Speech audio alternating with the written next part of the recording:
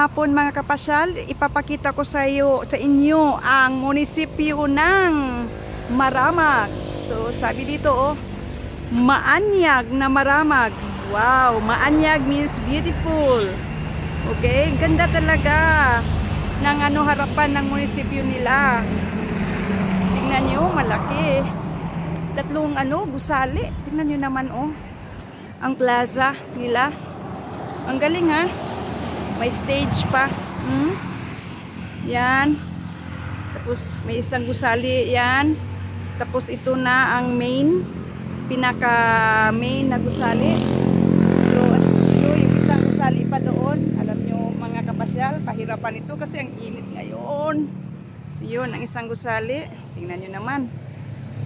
Okay. So ipapakita ko sa inyo mga kapasyal ha.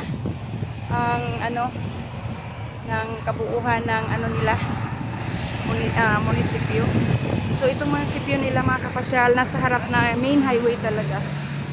Okay? Tingnan niyo naman. Okay? Yun. So, doon tayo mga kapasyal. Libot-libot ko kayo. Yan. Tingnan niyo doon. Yan.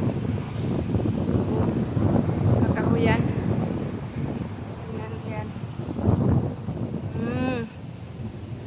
Yan. Yan. Okay. Dito. Magandang view dyan mga kapasyal. Magandang pagka-landscaping ng nila. Ng plaza. Ganda talaga. Tapos talaga may mga kahoy, mga puno. Mga puno dito sa harap. Ito kaya malamig dito. So maraming mga tao dito ang magtatambay lang pag hapon.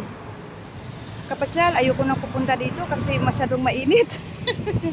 Alauna ng hapon. So kahit paano nakikita niyo ang kabuuhan ng munisipyo ng Maramag. Okay? Para siyang para siyang ba yan? Malacanang Palace.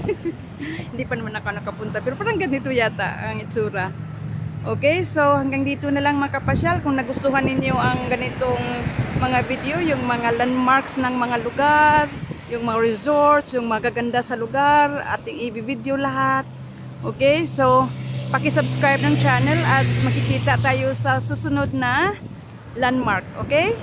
Ingat mga pagkapasyal. Paalam.